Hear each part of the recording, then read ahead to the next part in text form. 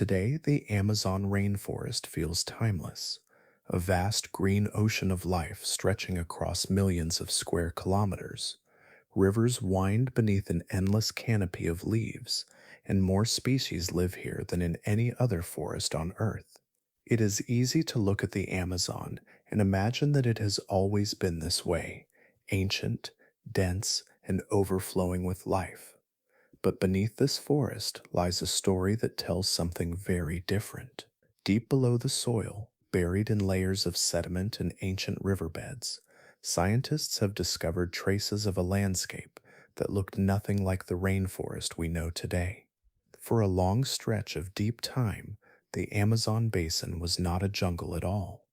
Much of this region was once covered by vast wetlands, shallow inland waters, and slow wandering rivers that spread across enormous floodplains.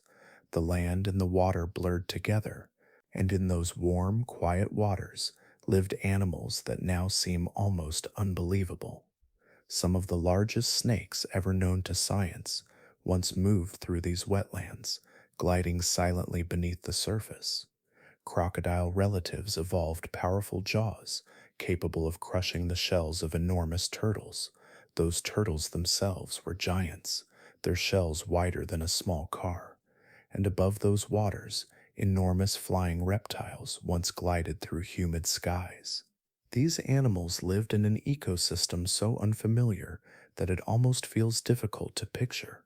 Yet piece by piece, scientists have begun to uncover evidence that it truly existed. Instead of towering trees and thick jungle canopy, much of the landscape may have been open water, swampy plains, and slow-moving rivers. Conditions like these created a world where unusual predators could evolve and thrive, but landscapes rarely remain the same forever. Over vast stretches of time, the shape of the land began to change. In this video, we travel back to the prehistoric Amazon to catch a glimpse of the creatures that ruled it before it became a rainforest. But before we step into that ancient world, I'm curious, are you listening to this while trying to fall asleep, or just exploring some science tonight? Let me know in the comments. If you enjoy these calm, deep time explorations, consider subscribing, and thank you to the Patreon members whose support helps make these videos possible. Now let's begin. Long before the forests of the modern Amazon rose into a green horizon, the shape of the land itself had already begun to guide the destiny of the region. The continent formed a broad depression across its northern interior, a sweeping natural basin surrounded by ancient geological foundations. Vast shields of rock lay to the north and south, while distant highlands framed the western edge. Between these ancient boundaries stretched an enormous lowland where water gathered slowly and persistently, shaping a landscape that would influence life for millions upon millions of years. Today, this region is known as the Amazon Basin, the largest drainage basin on Earth. It spans a tremendous portion of northern South America, extending across plains, forests, and river valleys that connect an intricate network of waterways. At the center of this system flows the Great Amazon River, a river so immense that it carries more fresh water than any other river system on the planet. Thousands of tributaries feed into its channels, weaving together a hydrological web that reaches deep into the continent. Yet the modern flow of water across this basin reflects only the latest chapter in a much older geological story. The land beneath the forest floor preserves evidence that the basin once behaved very differently. In distant ages of Earth's past, water entering this vast lowland did not always find an easy path toward the ocean. Instead, it often lingered, spreading outward across broad plains where gentle slopes slowed its movement. Rainfall, seasonal floods, and incoming rivers accumulated within the basin, forming a landscape that held water rather than releasing it quickly. The geological clues to this ancient arrangement appear in layers of sediment buried beneath the modern forest. Thick sequences of mudstone, sand, and fossil-rich deposits reveal environments shaped by slow water movement. These sediments suggest a region where rivers wandered widely across the land, sometimes splitting into multiple channels, sometimes dissolving into wetlands or shallow lakes. Rather than carving deep valleys that carried water swiftly away, the terrain encouraged water to settle and remain. This tendency to trap water gave the basin a character unlike many other river systems.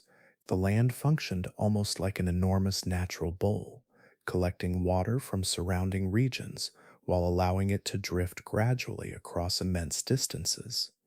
Over long spans of geological time, such conditions created a dynamic landscape where water levels rose and fell, floodplains expanded, and new habitats appeared across the lowlands. These shifting waters quietly prepared the stage for a remarkable ecological world. The basin's broad geometry, shaped by ancient rock and gentle elevation, allowed aquatic environments to spread across areas that today lie beneath dense rainforest. Rivers slowed, wetlands widened, and shallow waters became part of the natural rhythm of the land. Within this immense basin, the foundation of an unusual ecosystem was forming, one defined not by towering trees, but by the persistent presence of water moving slowly across a continent. Across the ancient lowlands of northern South America, the slow presence of water shaped nearly every corner of the landscape. The land rested so gently within the basin that rivers struggled to carve decisive paths.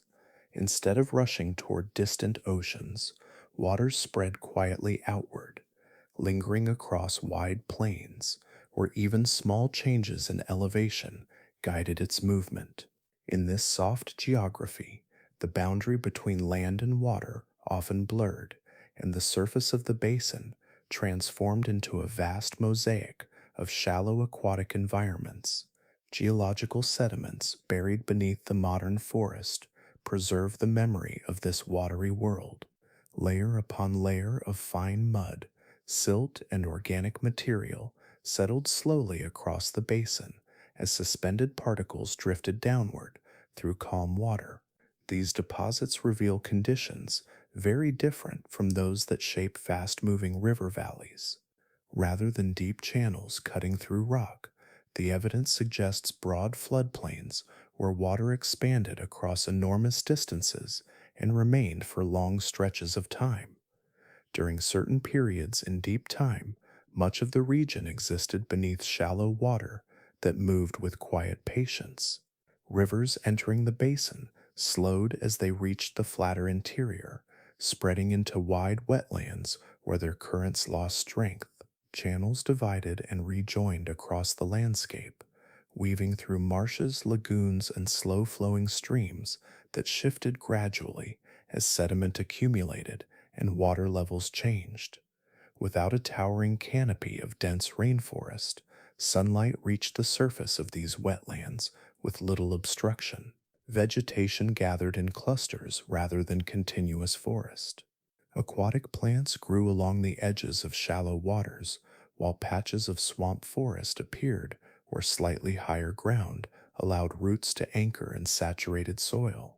Between these scattered islands of plant life stretched broad areas of open water that reflected the humid sky above. Floodplains expanded and contracted in response to seasonal rhythms of rainfall and river flow. During wetter intervals, rising waters spread across lowlands that had briefly dried, reconnecting channels and filling shallow depressions. In quieter seasons, water retreated slowly, leaving behind nutrient-rich sediments that nourished fresh growth along the margins of the wetlands. This constant breathing of the landscape created a patchwork of habitats that changed gently through time. Such environments favored animals adapted to life in warm, shallow water. Reptiles, amphibians, and fish thrived in these slow moving systems where temperature remained stable and aquatic food sources remained abundant. Turtles moved between channels and marshes, amphibians sheltered among dense vegetation along the water's edge, and fish navigated the intricate network of lagoons and streams that threaded through the basin. The quiet dominance of water also shaped the structure of the ecosystem itself. Predators and prey shared a world defined by slow currents and broad aquatic corridors. Movement through this environment rarely required long migrations across dry land. Instead, waterways formed natural pathways that connected distant parts of the basin, allowing species to spread across enormous areas without leaving the protective cover of wetlands. For millions of years, this gentle balance between land and water defined the character of the basin. The region functioned less like a conventional river valley and more like a vast aquatic landscape where water governed the rhythm of life. Beneath the forests that stand there today, the sediments of that era still record the quiet age when water dominated the land. Hidden within the quiet layers of ancient sediment lies the outline of a landscape that once stretched across a vast portion of western South America, an environment so extensive and unusual that it has come to be known by a single name among geologists and paleontologists, the Pebas system. The evidence for this immense wetland does not appear as a single dramatic discovery, but as a gradual pattern revealed through countless rock layers, fossil shells, and mineral deposits spread across the interior of the continent. When these fragments are studied together, they describe a world where water and land blended across an enormous region that functioned less like a river valley and more like a slow-moving inland sea. The Pebas system existed during a long interval of the Miocene epoch, roughly between 20 million and 10 million years in the past. During this period, much of western Amazonia did not resemble the forests that cover the region today. Instead, the land supported an immense network of wetlands that extended for thousands of kilometers. In some areas, the water was shallow and calm, spreading outward across low plains where gentle currents carried fine sediment through broad lagoons and marshes. In other places, deeper basins formed large bodies of water that behaved almost like enclosed seas, where waves stirred soft shorelines and aquatic life flourished in warm tropical conditions. Geological deposits from this time reveal an extraordinary mixture of fresh water and slightly brackish environments. Fossilized mollusks found within Pebas sediments show unusual forms that evolved specifically within this isolated system. Some species developed shapes rarely seen in other aquatic habitats, suggesting that the wetlands had remained stable for long periods, allowing distinctive communities to develop and diversify. The presence of these specialized shells, scattered across distant regions, provides a quiet map of how far the Pebas waters once extended. The physical structure of the wetland was complex and constantly shifting. Slow rivers entered the basin from surrounding highlands, bringing sediment and nutrients that fed the aquatic ecosystem. As these rivers reached the flatter interior, their currents weakened and their channels widened. Water spilled outward into enormous flood basins where lagoons connected through winding passages of marsh and open water. In places, clusters of vegetation formed along shallow margins, while wide stretches remained exposed to open sky. Such a setting offered a remarkable variety of ecological niches. Calm lagoons supported dense populations of fish and aquatic invertebrates, while marshy edges provided shelter for amphibians and reptiles that moved easily between water and saturated land. The broad wetlands also allowed large aquatic animals to travel across great distances without encountering barriers of dry terrain. Over time, this stability encouraged the evolution of unusual species uniquely suited to the conditions of the Pebas environment. The Pebas system therefore represents far more than a single wetland. It was an immense hydrological landscape that dominated western Amazonia for millions of years. Beneath the modern rainforest, its sediments continue to preserve the memory of a watery world whose scale and complexity remain one of the most intriguing chapters in the deep history of South America. Among the many fossils uncovered within the ancient sediments of northern South America, a few discoveries reveal creatures whose scale seems almost unreal when compared with the animals that inhabit the region today. One of the most remarkable of these belongs to an enormous freshwater turtle known to science as Stupendimes. The remains of this animal emerged gradually through decades of paleontological work, each newly uncovered fragment hinting at a reptile that once moved through prehistoric wetlands with an extraordinary physical presence. The first clues appeared as fragments of shell preserved within sediment layers that formed during the Miocene epoch. At first, these pieces seemed unusually large, yet it was only when multiple discoveries were compared that their true significance became clear. When paleontologists reconstructed the full shape of the shell, the dimensions revealed a turtle of immense proportions. The carapace, the protective upper shell that forms the turtle's armored dome, stretched wider than the length of a large modern desk and approached the width of a small automobile. This immense shell formed a smooth, gently curved structure that protected the body beneath with remarkable strength.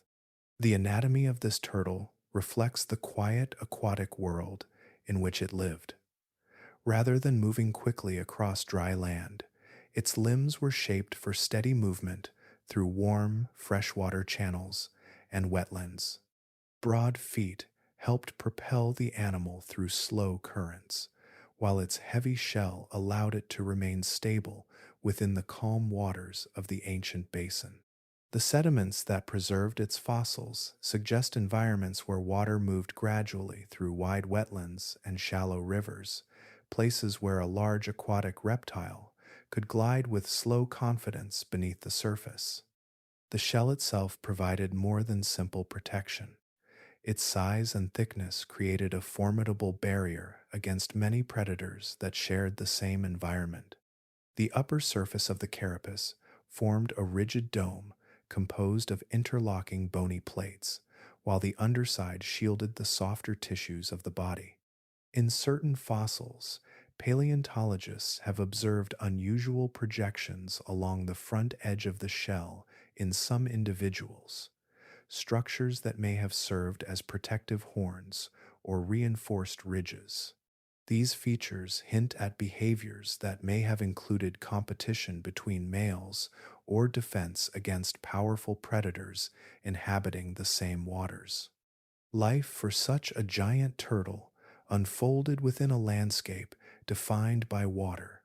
The wetlands and slow rivers of the basin offered abundant plant material and aquatic vegetation that likely formed an important part of its diet.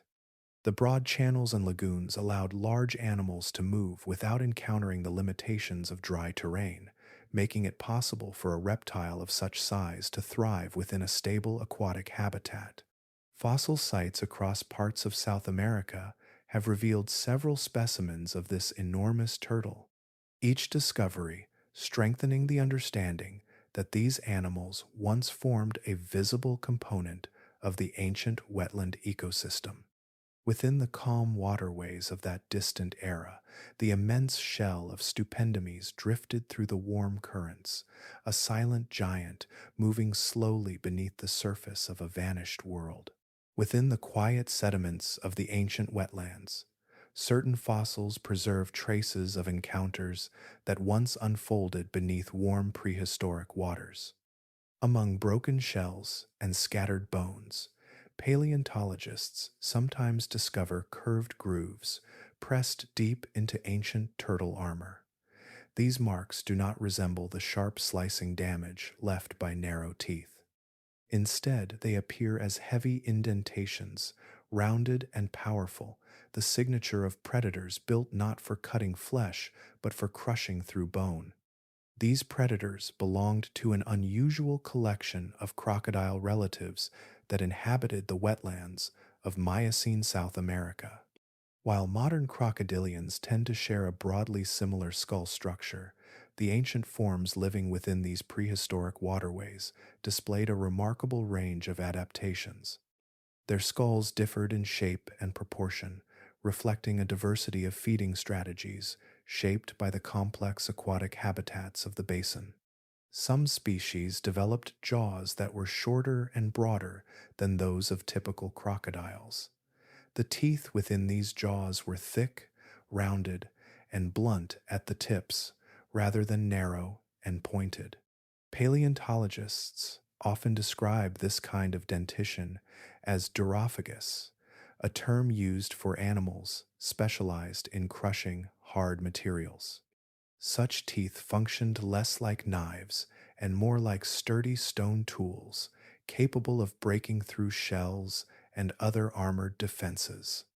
Evidence of this feeding strategy appears directly within the fossil record. Certain turtle shells recovered from Miocene deposits display circular fractures and compressed bite marks that match the spacing and shape of these powerful teeth. The damage suggests moments when large reptiles attempted to crack open the protective armor of turtles that shared the same waterways. In several specimens, the shell surface shows repeated pressure points, as if the predator adjusted its grip before applying enough force to fracture the bone. These crocodile relatives belong to a broader group known as caimans, yet the forms inhabiting the wetlands were far more specialized than the species familiar today. Among them were animals such as Natusuchus and Kutanakaiman, both known from fossil skulls that reveal the distinctive crushing teeth suited to hard-shelled prey. Their jaws were built to generate powerful bite forces over short distances, allowing them to exploit food sources that many other predators could not easily access. The presence of these shell-crushing reptiles hints at a food web shaped by unusual interactions. Giant turtles moved through the same wetlands, armored but not invulnerable. Fish filled the lagoons and channels, while smaller aquatic animals inhabited the vegetation along the margins of the water.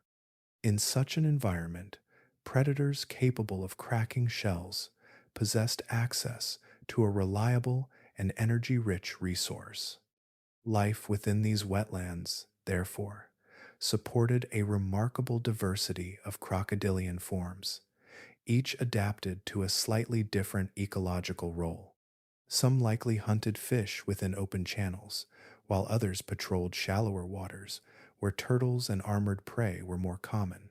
The varied skull shapes preserved in the fossil record reflect a complex community where multiple large reptiles could coexist by specializing in different types of food. Across the calm waterways of that distant era, these powerful jaws formed part of the quiet balance of the ecosystem. Their crushing teeth left subtle marks in bone that would endure long after the wetlands themselves faded into geological memory. In the ancient wetlands of northern South America, the waters supported not just a single dominant predator, but an entire community of powerful reptiles sharing the same landscape. Fossil discoveries from Miocene sediments reveal an ecosystem where several crocodilian species lived side by side, each occupying its own subtle role within the complex network of lagoons, channels, and marshes that covered much of the basin. Their coexistence reflects an environment rich enough to sustain multiple large hunters without forcing them into direct competition for the same food. The skulls preserved in these sediments show remarkable variation, offering paleontologists quiet clues about how these reptiles divided the resources of the wetlands. Some possessed long, narrow snouts lined with slender teeth that were well suited for grasping slippery prey. Such jaws could close quickly around fish moving through the water, allowing the predator to seize its meal with precision before the prey could escape through the vegetation and shallow currents. Other crocodilians developed very different skull shapes. Their snouts were broader and more compact, and their teeth thicker and more robust. These animals likely targeted prey that required greater force to subdue. Hard-shelled animals moving slowly along the bottom of the wetlands provided such opportunities. The heavy jaws of these predators could apply tremendous pressure, allowing them to crack open defenses that would have resisted the bite of more slender snouted hunters. Among the most imposing members of this reptilian community was Purosaurus, a massive caiman whose skull alone reached extraordinary dimensions. The broad head and powerful jaws of this animal suggest a predator capable of overwhelming large prey within the waterways it inhabited. In contrast, other species, such as Morasuchus, displayed an entirely different anatomy. The skull of Morasuchus was wide and flattened, with delicate jaws that appear poorly suited for crushing large animals. Many paleontologists interpret this unusual structure as an adaptation for filtering small prey from shallow water, perhaps scooping fish, crustaceans, and other aquatic life in large mouthfuls. This diversity of skull forms hints at a wetland ecosystem filled with specialized strategies. Rather than competing directly for identical food sources, each crocodilian lineage exploited a slightly different opportunity within the aquatic environment. Slender snouted hunters patrolled channels rich with fish, while crushing jawed species focused on armored prey along muddy bottoms. Filter feeding forms may have moved slowly through shallow pools, gathering small animals stirred from the sediment. The presence of so many large reptiles in one region reflects the immense productivity of the ancient wetlands. Nutrients carried by slow rivers supported thriving populations of fish, mollusks, and other aquatic organisms. These smaller creatures formed the foundation of a food web capable of sustaining numerous predators at the top of the ecological hierarchy. Across the calm surface of those prehistoric waters, several species of crocodilian predators moved quietly through overlapping territories. Their varied jaws, preserved in fossil skulls, reveal how evolution shaped each animal to exploit a particular corner of the wetland world. Together, they formed a complex guild of hunters that dominated the waterways of the ancient Amazon basin for millions of years. Deep within the sediments of an ancient coal mine in northern South America, paleontologists uncovered a series of enormous vertebrae whose size immediately stood apart from those of ordinary snakes. Each bone was thick, heavy, and unusually broad, far larger than any vertebra found in living species. As more fossils emerged from the surrounding rock, the scale of the animal they belonged to slowly became clear.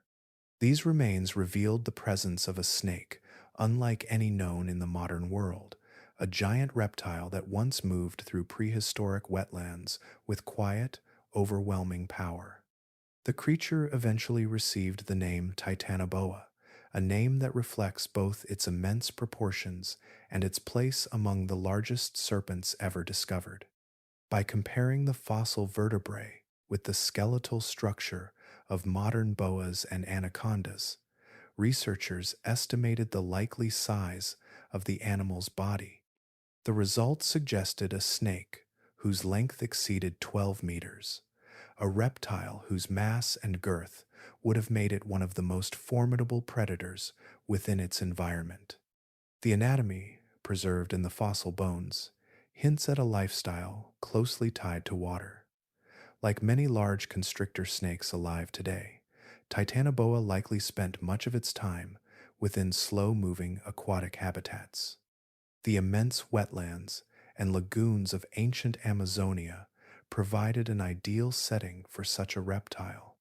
Water supported the heavy body of the snake, allowing it to glide with smooth, deliberate movements that would have been far more difficult on dry land.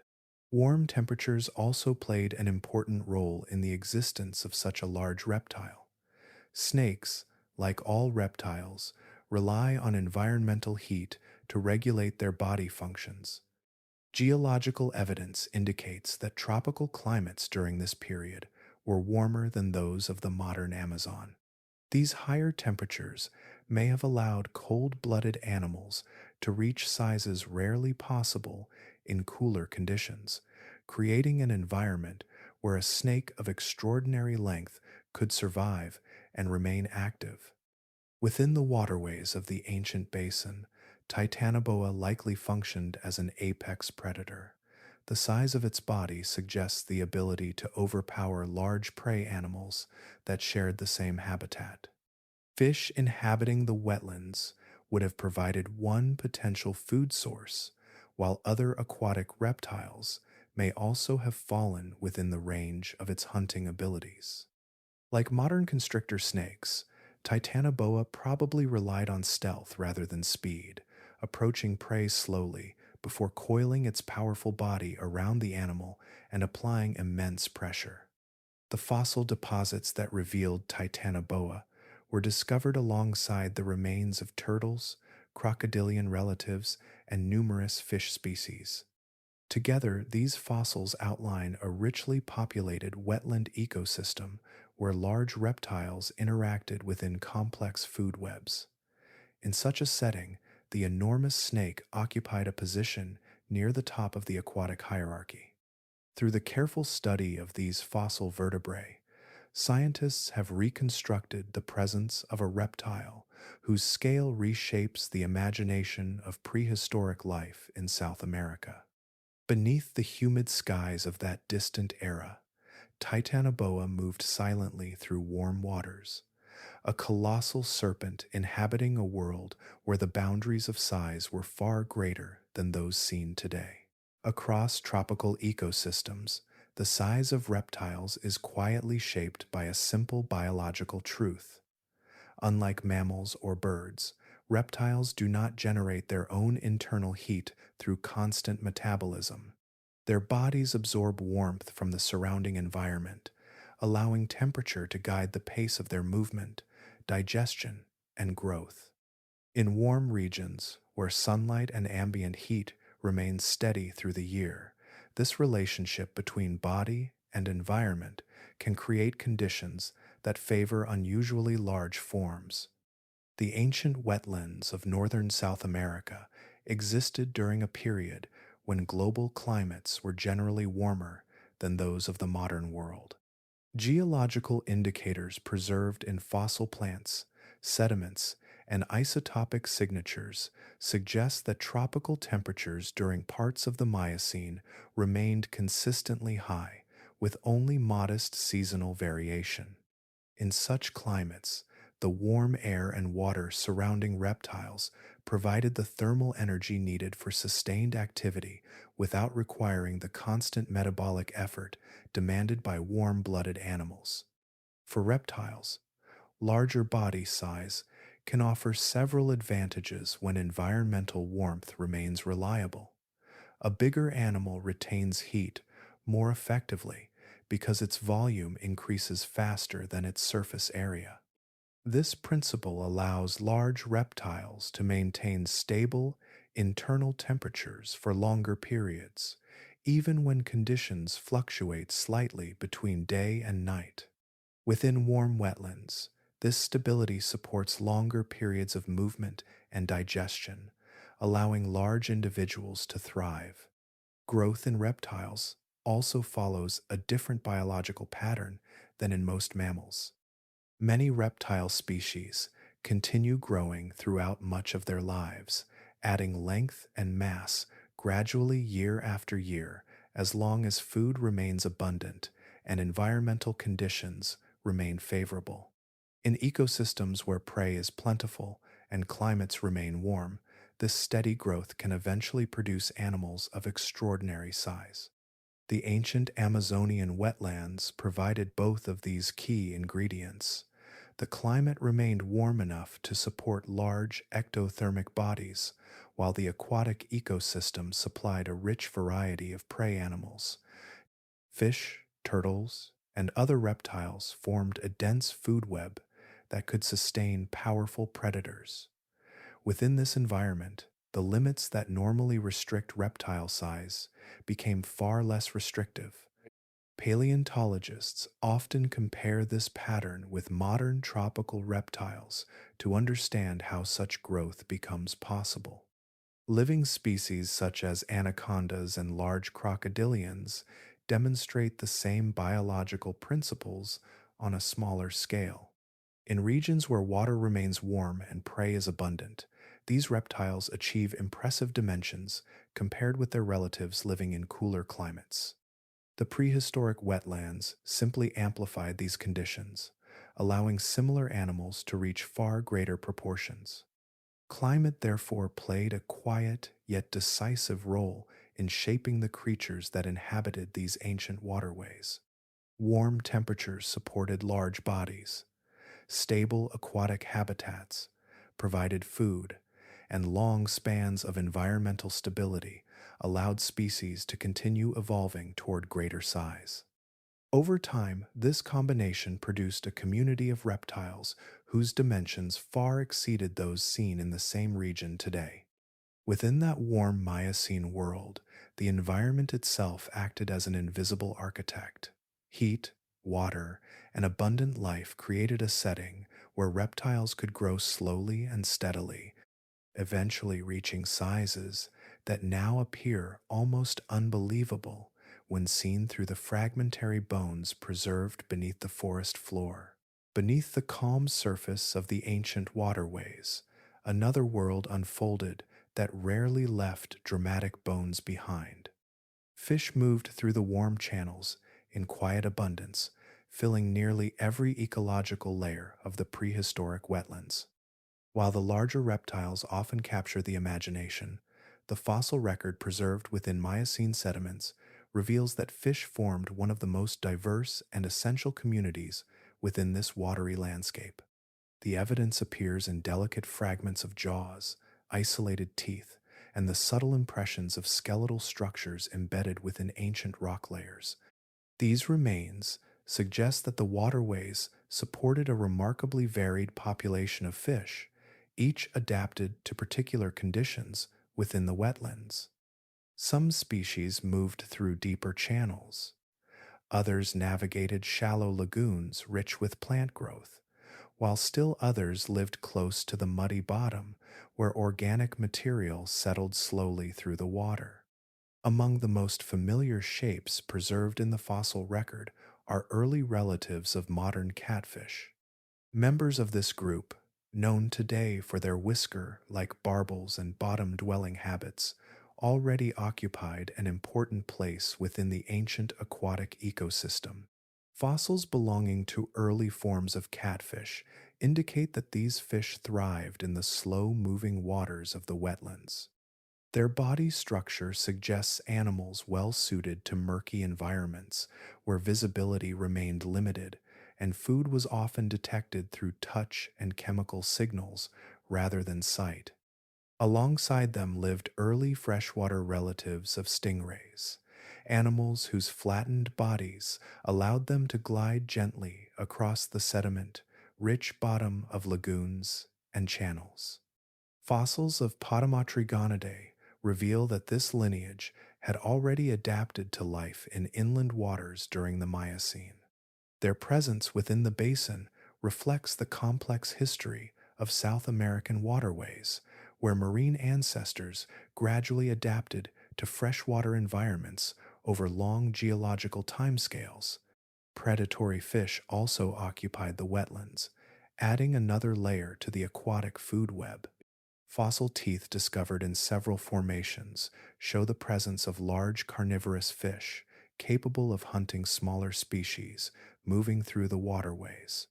Some possessed elongated bodies suited to rapid bursts of movement, while others displayed powerful jaws built for seizing prey within crowded aquatic habitats.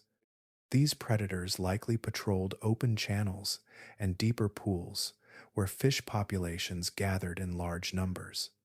The structure of the wetlands provided numerous opportunities for such diversity to develop. Channels connected distant lagoons, Seasonal flooding opened temporary pathways between habitats, and shifting sediments created new environments where aquatic life could flourish. In these conditions, fish communities evolved alongside reptiles and amphibians, forming a complex network of predator and prey that sustained the entire ecosystem. For millions of years, this underwater community moved quietly through the ancient basin, unseen except for the traces preserved in sediment. The variety of fish species suggests a stable aquatic environment where nutrients flowed steadily through interconnected wetlands. Beneath the towering reptiles and giant turtles of the prehistoric Amazon, countless fish shaped the rhythm of life within the water, forming the living foundation upon which the larger predators depended. Movement across the ancient basin rarely followed a single clear path. Water arrived from distant highlands and gradually spread outward across an immense lowland whose slopes were so gentle that rivers struggled to gather speed. Instead of cutting narrow valleys into the earth, these waterways drifted across the landscape in wide arcs, shifting their course slowly as sediment accumulated and the ground beneath them subtly changed. The shape of the basin encouraged this quiet wandering. Elevation differences across the region were often slight, sometimes measured only by gradual variations in the height of the land. When rainfall and incoming rivers delivered water into this low interior, the flow dispersed rather than concentrating into deep channels. As currents slowed, sediments carried from upstream settled onto the floodplains, gradually building layers of fine sand and silt that reshaped the course of the rivers themselves.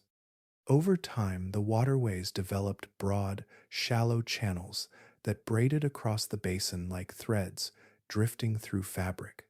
Some channels curved gently for great distances before reconnecting with neighboring streams, while others faded into wetlands where the distinction between river and marsh became almost impossible to see. These shifting networks allowed water to move across vast areas of the landscape without forming the steep banks that characterize many modern rivers. During periods of heavy rainfall, rivers expanded outward across the floodplains, temporarily merging with surrounding wetlands. Water spread across the low ground, filling shallow depressions and connecting distant channels into a single broad aquatic landscape. As these seasonal floods receded, sediments remained behind, leaving fresh layers of nutrient-rich material that slowly altered the surface of the basin. The result was a system where rivers rarely stayed in one place for long geological periods. Channels migrated gradually across the floodplain as sediments accumulated and water sought new pathways through the soft terrain. Over centuries and millennia, these shifts created a constantly evolving mosaic of waterways, lagoons, and shallow basins that formed the structural framework of the ecosystem. Within such gentle currents, aquatic life found conditions well suited for growth and survival. Fish moved easily through the interconnected channels where water flowed slowly enough to support dense populations of plants and smaller organisms. Reptiles navigated the shallow waterways with little resistance, using the quiet channels as natural corridors that linked distant parts of the wetland system. The absence of steep banks or fast-moving currents also created stable habitats where animals could feed, rest, and reproduce. Muddy bottoms supported invertebrates and other small creatures that formed an important source of nourishment for larger animals. Along the edges of the waterways, vegetation flourished in the saturated soil, providing shelter and shade for species that lived between water and land. These slow rivers, therefore, shaped more than the physical structure of the basin. They defined the rhythm of life across the ancient wetlands, guiding the movement of animals and the distribution of habitats across immense distances. Through their gradual motion, The rivers created an environment where water remained present almost everywhere, quietly sustaining the remarkable ecosystem that once occupied this prehistoric landscape.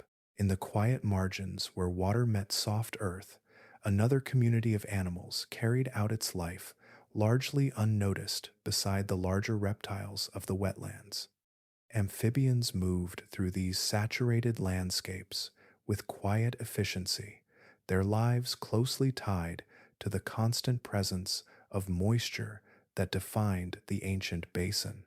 The warm climate and abundant fresh water created conditions where these delicate creatures could flourish across the marshes, channels, and shallow pools that stretched across the region. Amphibians possess bodies uniquely suited to such environments. Their permeable skin allows them to exchange gases directly with the surrounding water and air, a feature that also makes them sensitive to dryness. In landscapes where wetlands remained widespread and humidity lingered close to the ground, these animals could occupy habitats that might otherwise prove inhospitable.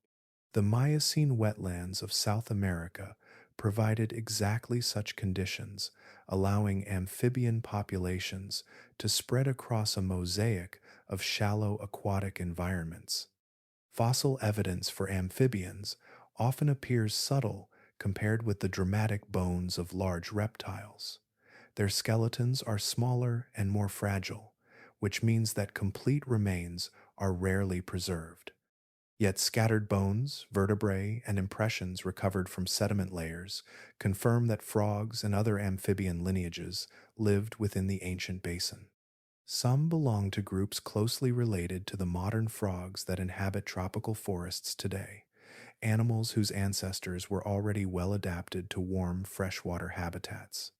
Among these were early representatives of families that still thrive in South America, including relatives of Leptodactylidae and Hylidae. Though the wetlands of that distant era differed greatly from the forests that cover the region now, the biological strategies that allow these amphibians to survive had already begun to take shape. Their life cycles depended on water for reproduction, with eggs and larvae developing in shallow pools before transforming into adults capable of moving between land and water. Within the ecosystem of the wetlands, amphibians served important ecological roles. Many fed on insects and other small invertebrates that thrived in the humid conditions surrounding the waterways. By consuming large numbers of these smaller organisms, amphibians helped regulate populations that might otherwise grow unchecked. In turn, amphibians themselves became prey for larger animals inhabiting the same environment. Fish, reptiles, and birds could all feed upon them, integrating amphibians into the broader web of energy flowing through the ecosystem. The structure of the wetlands supported this dynamic balance.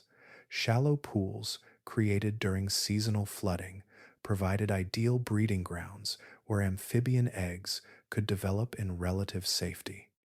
Vegetation along the edges of waterways offered shelter from predators and sunlight, while the constant moisture of the environment allowed these animals to remain active even outside open water.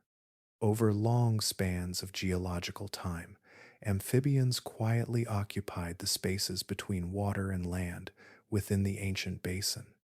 Their presence rarely dominated the fossil record, yet their ecological influence remained significant. Within the humid landscape of marshes and lagoons, these small creatures contributed to the steady rhythm of life that sustained the entire wetland community. In the warm air drifting above the wetlands, countless small wings moved through the humid atmosphere. Insects filled the spaces between water, vegetation, and open sky, forming one of the most abundant communities within the ancient ecosystem. Though their delicate bodies rarely fossilize as easily as bones or shells, subtle impressions preserved within fine sediments reveal that these wetlands supported vast populations of insects whose presence shaped the rhythm of life across the basin. The climate of the region played an important role in sustaining such diversity. Warm temperatures remained stable through long stretches of time, and the persistent presence of water created an environment rich in organic material. Decaying plants, algae, and microorganisms accumulated along the margins of shallow pools and marshes, forming nutrient dense habitats that provided food for countless small invertebrates. In these conditions, insect populations expanded rapidly, filling nearly every ecological niche available within the wetland landscape. Among the most visible members of this community were early dragonflies, agile predators that patrolled the air above the water. Fossil wings preserved in ancient sediments revealed delicate networks of veins similar to those seen in modern species. These insects belong to lineages related to Odonata, whose evolutionary history extends deep into the past. Their large compound eyes and strong wings allowed them to maneuver with precision as they hunted other insects moving through the humid air. Dragonflies likely spent much of their life cycle closely tied to the water. Their larvae developed beneath the surface, living as aquatic predators within submerged vegetation and muddy sediments. From this hidden world, they hunted small invertebrates and other larvae, contributing to the complex web of predation that existed even among the smallest inhabitants of the wetlands. When the larvae matured, they emerged from the water and transformed into the winged adults that filled the skies above the marshes. Beetles formed another important component of this insect community. Fossil remains of hardened wing cases indicate the presence of numerous species belonging to groups related to modern aquatic and semi-aquatic beetles. Many of these insects likely lived along the margins of shallow waters, where plant debris and organic sediment provided both shelter and food. Their ability to exploit a wide variety of resources allowed beetles to occupy many different ecological roles within the wetland environment. The abundance of insects also supported many larger animals within the ecosystem. Amphibians, feeding along the edges of pools, relied heavily on insects as a primary source of nourishment. Fish captured larvae drifting through the water, while reptiles and birds could seize winged insects moving through the air or resting along vegetation. In this way, the smallest creatures within the wetlands played a fundamental role in sustaining the larger animals that shared their environment. Although their fossils often appear only as faint traces in the rock, insects helped maintain the balance of life within the ancient basin. Their immense numbers allowed energy to flow efficiently through the ecosystem, linking plant growth, microbial activity, and the many animals that depended on them for food. Within the warm wetlands of that distant era, these small winged creatures quietly formed one of the most essential foundations of the living landscape. Along the quiet edges where shallow water met patches of emergent vegetation, another group of animals occupied the wetland margins with steady patience. Birds moved through these borderlands between water and sky, their presence recorded only in scattered bones and delicate impressions preserved in ancient sediment. Though their fossils appear less frequently than those of reptiles or fish, the remains that have been recovered reveal that early water birds formed an active part of life along the shorelines of the prehistoric basin. The structure of the wetlands created an ideal setting for such animals. Broad areas of shallow water supported thriving fish populations, while exposed mudflats and clusters of aquatic plants provided resting and nesting places. In these habitats, birds could forage efficiently, moving between open water and shoreline with ease. The gentle geography of the basin created countless feeding grounds where small fish and aquatic invertebrates gathered close to the surface. Fossil evidence from Miocene deposits across northern South America includes bones belonging to birds whose anatomy resembles that of modern aquatic hunters. Some of these fossils display elongated beaks and slender limbs adapted for wading through shallow water.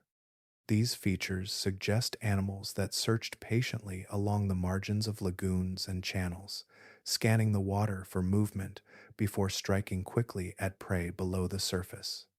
Among the groups represented in the fossil record are early relatives of birds, similar to modern herons and storks. These lineages belong to families that remain closely associated with wetland ecosystems today, including birds related to Ardeidae and Ciconiidae. Their skeletal structures indicate species capable of standing motionless in shallow water while waiting for fish to approach within striking distance. The wetlands also likely supported smaller birds that hunted insects along the water's edge or fed on aquatic plants growing in the shallows. The abundance of insects rising from the humid environment created opportunities for aerial hunters that moved above the marshes in search of prey. In this way, birds occupied several positions within the ecological web of the basin, linking aquatic life with the wider landscape. Sediment patterns preserved in fossil sites suggest that parts of the ancient basin resembled environments similar to modern tropical marshes. Shallow lagoons, muddy shorelines, and patches of emergent vegetation would have provided ideal habitat for birds adapted to wetland life. The fossilized bones of these birds therefore act as subtle indicators of the landscape itself, confirming the presence of expansive marsh-like habitats across large portions of the region. Within the ecosystem of the wetlands, birds served both as predators and as participants in a larger network of life. Fish and aquatic invertebrates provided nourishment for wading birds, while the birds themselves could become prey for larger reptiles inhabiting the waterways. Their movements across the basin also helped distribute seeds and organic material between different habitats, quietly influencing the structure of the environment around them. Through the careful study of these scattered fossils, paleontologists glimpse a living shoreline where birds stood among reeds and shallow pools. In the still air above the wetlands, wings lifted and settled along the margins of water, adding another layer of life to the ancient landscape that once covered the heart of South America. Before towering rainforest trees came to dominate the Amazon basin, the vegetation of the region formed a very different living landscape. Instead of a continuous canopy stretching across the horizon, plant life appeared in scattered communities shaped by water, sediment, and gentle variations in elevation. The wetlands supported a mixture of aquatic plants, swamp forests, and low-growing vegetation that adapted to soils often saturated with water. In this environment, the boundary between land and water remained constantly shifting, and plant communities evolved to survive within these unstable conditions. Evidence for this ancient vegetation comes from fossil pollen, preserved leaves, and microscopic plant fragments embedded within Miocene sediments. These delicate traces allow paleobotanists to reconstruct the plant communities that once grew across the basin. The fossil pollen assemblages reveal that forests were present, but often fragmented, forming clusters of trees separated by broad wetlands and open water rather than forming the dense, continuous canopy familiar in the modern Amazon. Along the margins of shallow channels and lagoons, aquatic plants thrived in the warm water. Floating vegetation likely covered portions of the surface, while rooted species extended their leaves above the waterline where sunlight remained plentiful. These plants provided shelter for fish and amphibians while stabilizing sediments along the edges of waterways. Their presence also contributed organic material to the wetlands, enriching the environment as decaying leaves and stems settled slowly into the soft mud below. In slightly higher areas, where the ground remained above standing water for longer periods, swamp forests developed. These forests differed from the towering rainforests of the present. Trees grew in clusters, adapted to waterlogged soils, with root systems capable of tolerating prolonged flooding. The vegetation here likely included early representatives of plant groups that still inhabit tropical wetlands today. Fossil pollen suggests the presence of plants related to Ericaceae, whose members are commonly associated with humid tropical landscapes. Palms may have formed an important component of the ancient wetland vegetation. Their tall, flexible trunks and broad leaves allowed them to thrive in saturated environments where other trees might struggle to survive. These plants likely stood along the margins of slow waterways, their roots anchored in soft sediment, while their leaves reached upward into the warm air above the wetlands.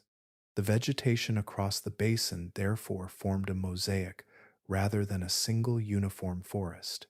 Patches of swamp woodland stood beside open wetlands, aquatic plants filled lagoons, and palm-dominated groves appeared in areas where soil conditions permitted deeper roots. This varied plant structure created numerous habitats for animals living within the ecosystem. Fish and amphibians sheltered among submerged vegetation, insects moved through flowering plants near the water's edge, and birds found resting places among scattered trees. Over time, these plant communities slowly altered the landscape itself. Leaves and branches, falling into the wetlands, accumulated as organic sediment, gradually building layers of soil that would eventually influence the direction of waterways and the distribution of habitats. Through this quiet process, the plants of the ancient basin participated in shaping the evolving environment that surrounded them. Long before the emergence of the dense rainforest canopy, this earlier vegetation sustained the life of the wetlands. Across the ancient basin, palms, swamp forests, and aquatic plants formed the living foundation of a landscape defined not by towering forests, but by the enduring presence of water. Water rarely remained still for long across the ancient basin. Subtle shifts in rainfall and river flow caused the level of the wetlands to rise and fall across immense stretches of land, slowly transforming the surface of the landscape again and again. Rather than existing as fixed lakes or permanent marshes, many of the habitats within this environment expanded and contracted in response to seasonal cycles that repeated through the passing years. When rainfall increased in distant highlands, water gradually moved into the basin and spread outward across the low plains. Rivers that normally wandered through shallow channels began to overflow their banks, releasing slow currents into surrounding wetlands. The floodwaters did not arrive as violent surges, but as steady expansions of shallow water that crept across the land, filling depressions and reconnecting waterways that had previously stood apart. During these wetter periods, vast regions of the basin became temporarily submerged beneath broad sheets of warm water. Lagoons merged with rivers, marshes expanded outward, and the boundaries between separate habitats dissolved into a single, continuous aquatic landscape. Fish moved freely between areas that were once isolated, while aquatic reptiles gained access to new feeding grounds that appeared only when the waters rose.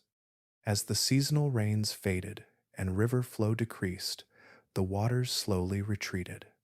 Channels reappeared as currents concentrated once more within deeper paths across the basin.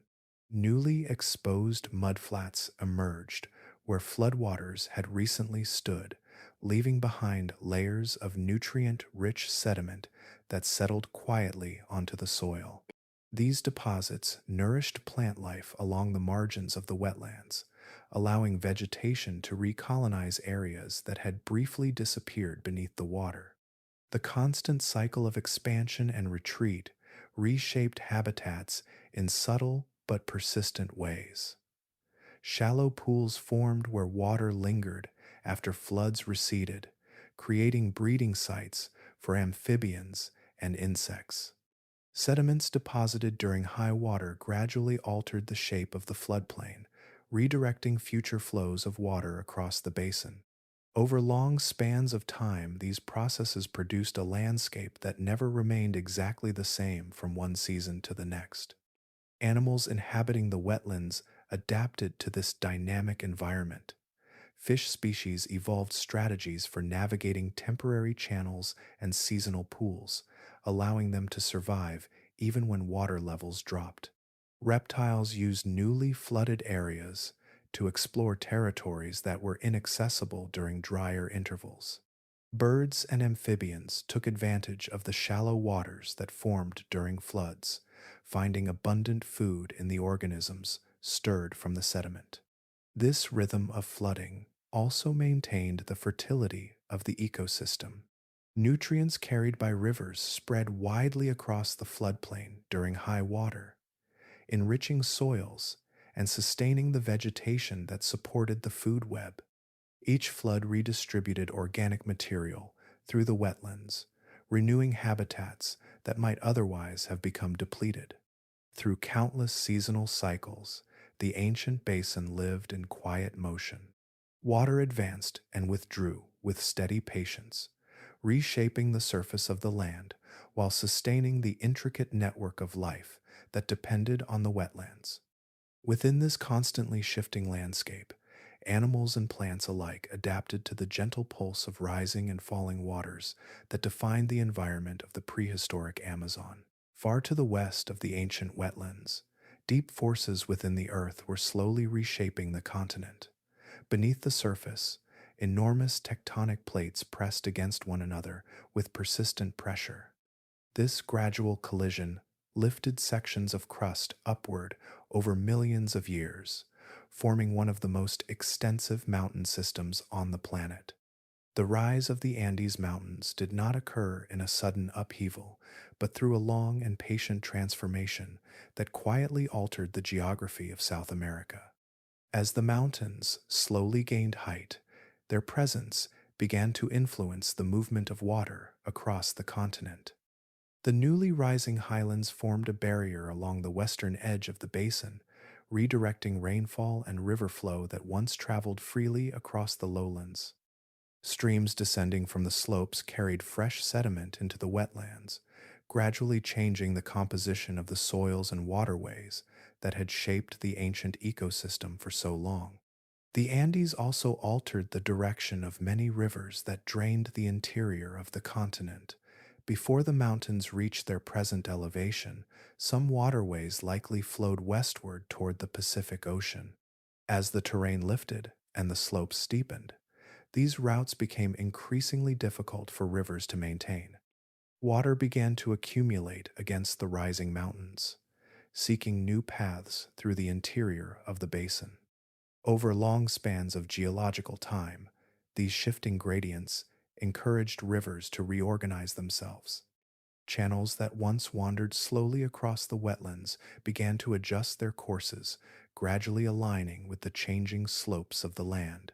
Instead of drifting aimlessly across broad floodplains, many rivers started to develop more defined directions of flow as the growing mountains created subtle differences in elevation across the basin. The sediments carried from the Andes played an important role in this transformation. Erosion along the rising slopes produced vast quantities of sand, silt, and clay that were transported into the lowlands by newly energized rivers. These materials settled across the wetlands, slowly filling shallow basins and altering the distribution of water across the landscape. Over time, the accumulating sediment reshaped the surface of the basin, guiding rivers toward new channels that reflected the evolving geography of the continent. The growing mountains also influenced regional climate.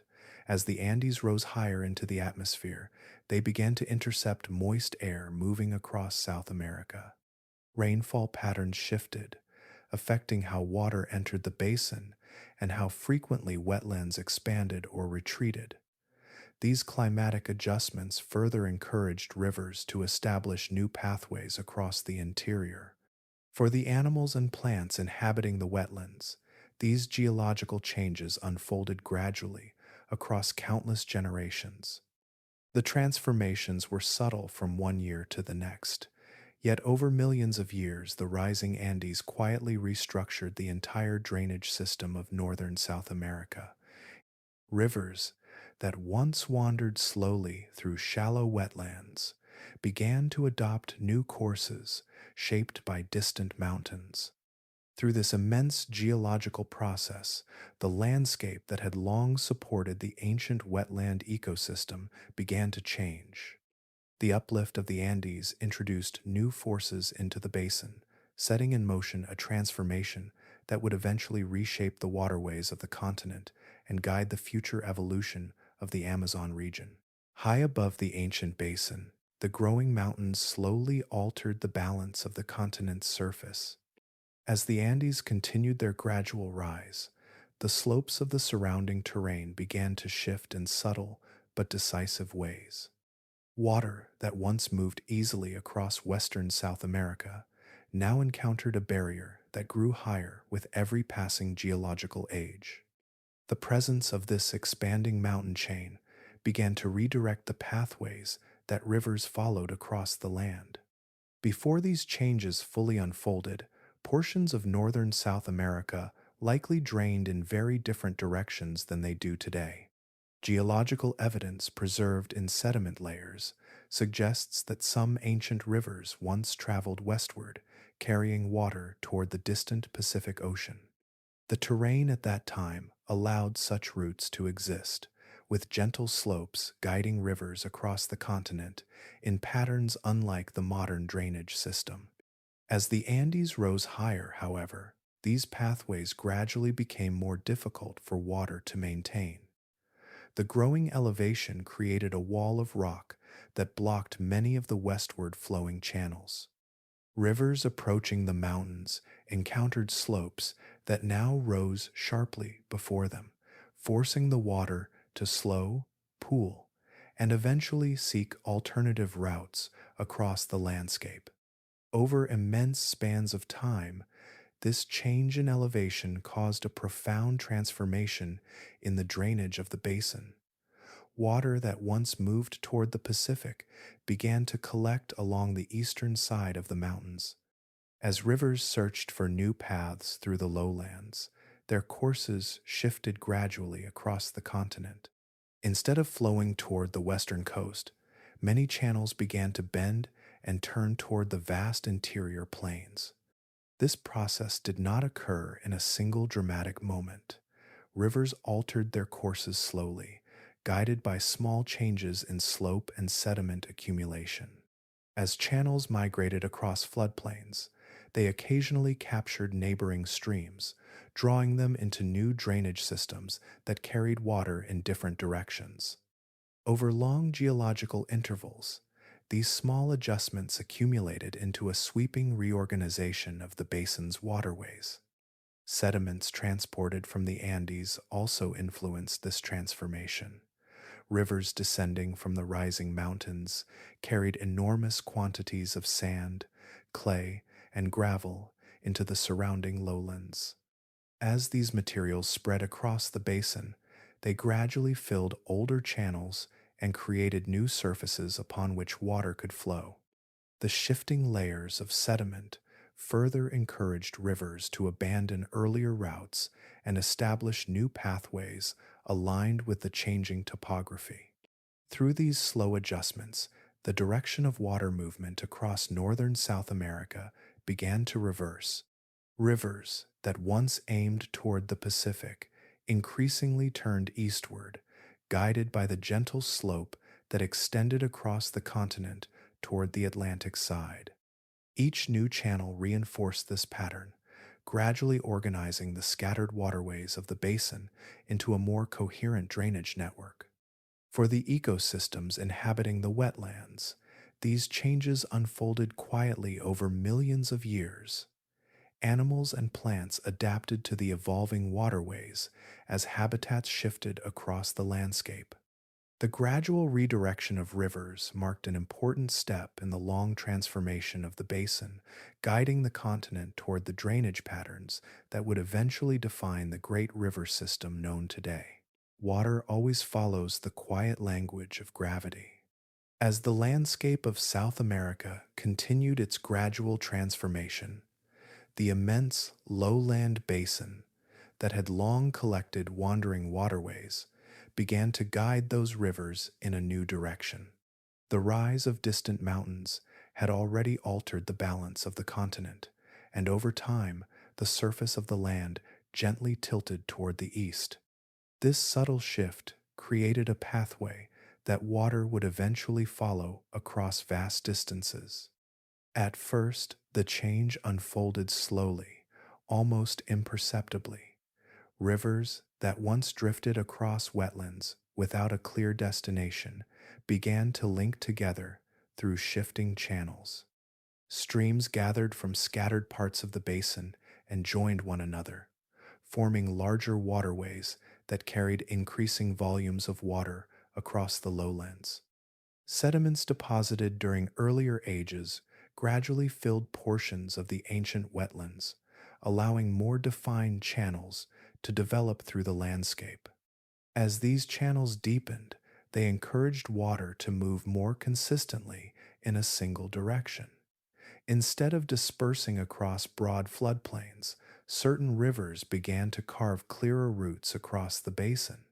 Over long stretches of time, these pathways connected distant regions of the continent, guiding water from interior highlands toward the eastern edge of South America. This gradual organization marked the earliest stages in the formation of a new continental drainage system. Rivers that had once wandered through isolated wetlands now became part of a larger network, flowing steadily toward the Atlantic coast. Each tributary contributed its share of water and sediment, strengthening the channels that linked the interior of the continent to the distant ocean. Geological deposits reveal how these changes accumulated across millions of years. Layers of sand and silt carried by the evolving rivers record the steady movement of water toward the east. As these sediments settled along developing channels, they reinforced the paths that water had begun to follow.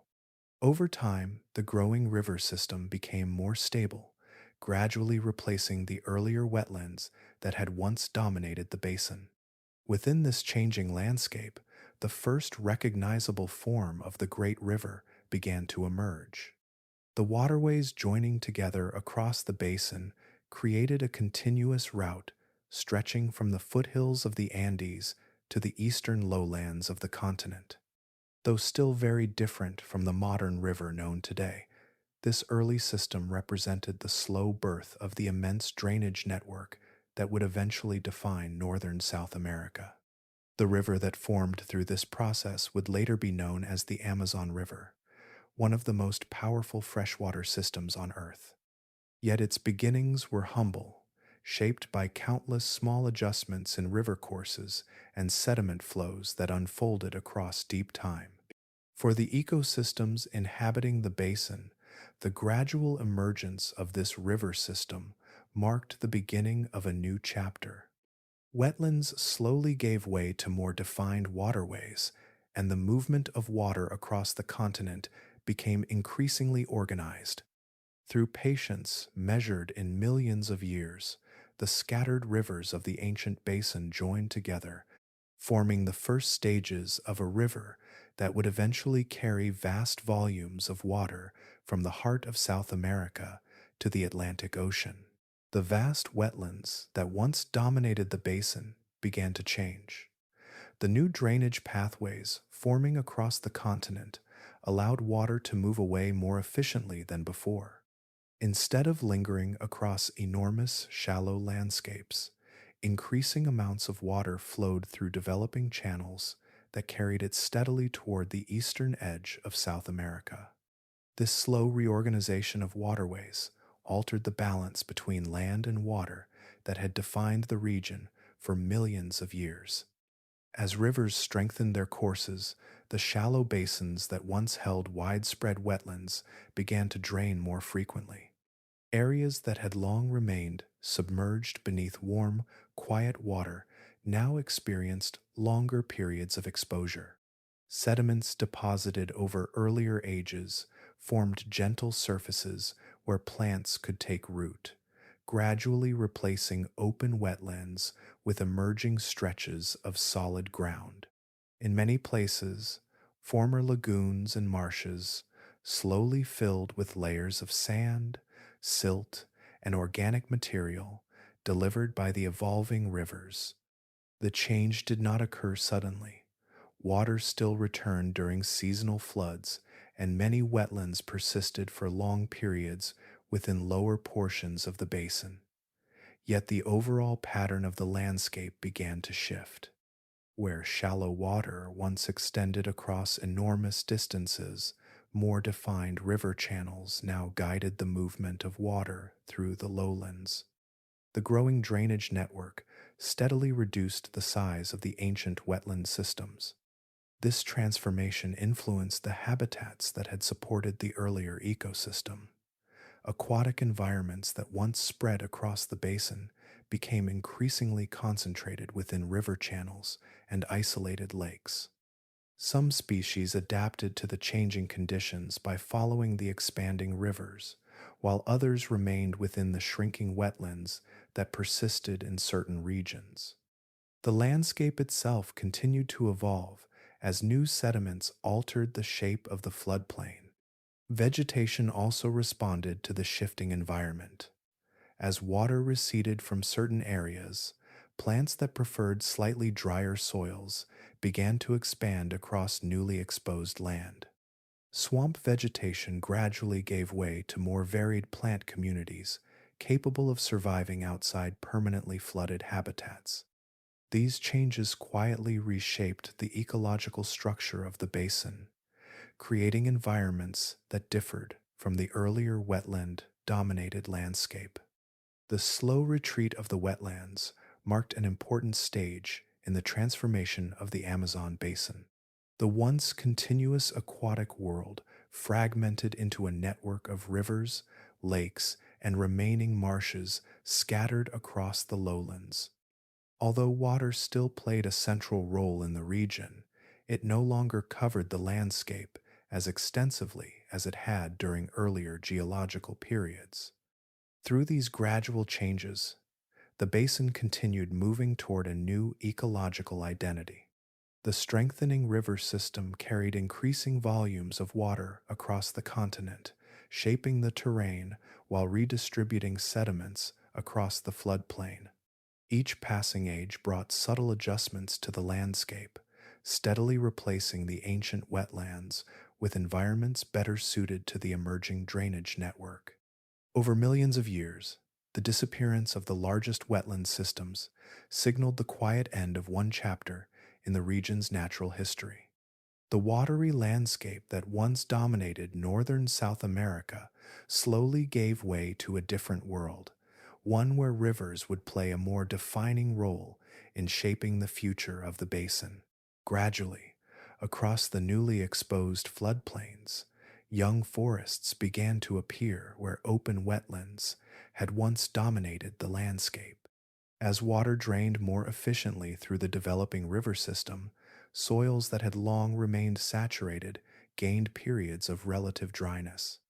These conditions allowed tree seedlings to establish roots in areas that previously could not support long-lived woody vegetation. What began as scattered patches of growth slowly expanded across the basin as plant communities adapted to the changing environment. The earliest forests that spread across these lands did not resemble the towering rainforest canopy that defines the modern Amazon. Instead, they formed more open woodlands composed of species capable of tolerating periodic flooding as well as intervals of exposed soil. These trees established themselves along riverbanks, natural levees, and elevated patches of ground where sediment deposits had gradually raised the surface above the surrounding wetlands. Sediments delivered by the evolving rivers played an important role in this transformation.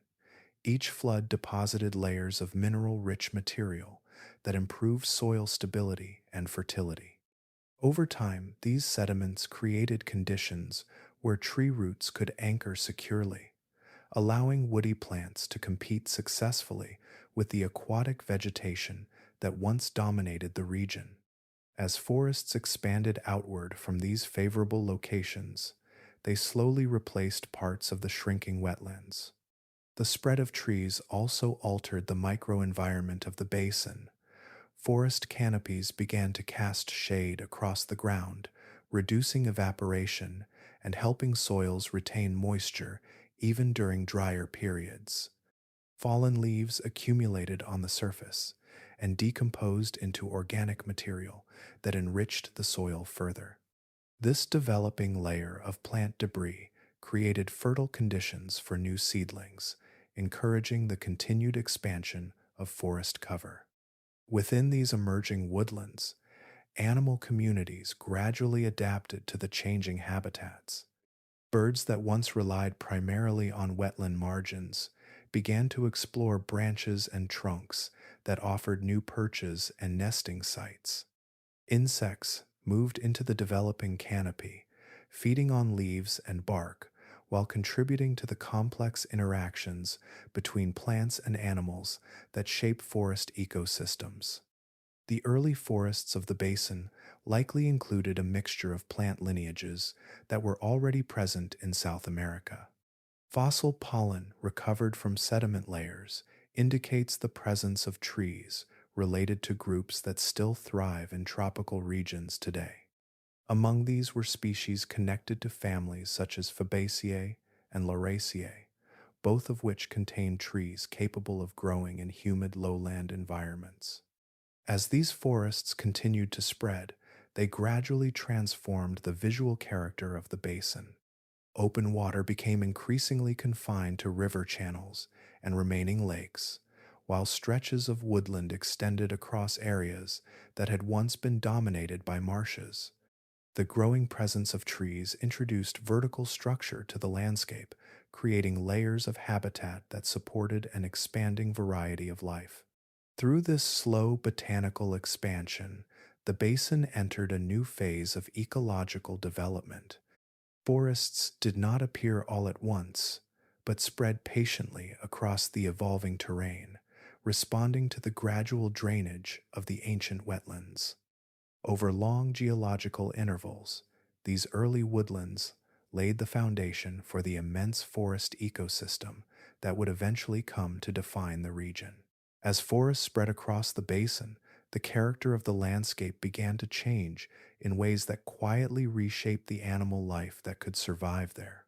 The earlier wetlands had favored creatures adapted to open water, marshy ground, and slow-moving channels. With the gradual appearance of woodland environments, entirely new habitats emerged that offered opportunities for animals capable of living among trunks, branches, and leaf-covered soil. The structure of a forest differs greatly from that of a wetland. Instead of wide open expanses of water and mud, the growing woodlands introduced layers of vegetation that extended upward from the ground. Tree roots anchored deep in the soil, trunks rose toward the light, and branches formed networks that stretched outward in all directions. Leaves gathered into developing canopies that filtered sunlight, creating cooler and more sheltered conditions beneath the trees. These vertical layers created a variety of ecological spaces that had previously been rare within the basin. The forest floor supported animals able to move quietly through fallen leaves and dense undergrowth. Higher in the vegetation, branches and vines formed pathways for creatures that could climb or glide among the trees. Even the developing canopy itself became a distinct environment where insects, birds, and other small animals could live far above the ground. Such habitats encouraged the arrival and diversification of species adapted to life within wooded environments. Insects expanded rapidly among the growing foliage, feeding on leaves, bark, and plant nectar. Their presence, in turn, attracted predators that relied on abundant insect populations for nourishment. Birds capable of navigating dense vegetation began to occupy the forests, moving between branches in search of food and shelter. Among the animals that gradually increased their presence in these emerging forests were early mammals. Fossil discoveries from South America indicate that several mammalian lineages were already diversifying during this period, taking advantage of the new environments created by expanding woodlands. Small mammals, belonging to groups related to Didelphidae and Xenarthra, represent examples of animals whose ancestors began adapting to forest habitats within the continent. These mammals differed from the reptiles that had dominated earlier wetland ecosystems in several important ways. Their warm-blooded metabolism allowed them to remain active across a wider range of temperatures, while fur provided insulation that supported life in shaded forest environments. Many possessed limbs capable of grasping branches or digging through soil, giving them flexibility in how they navigated the new landscape. The spread of forests therefore introduced a gradual shift in the balance of animal life within the basin.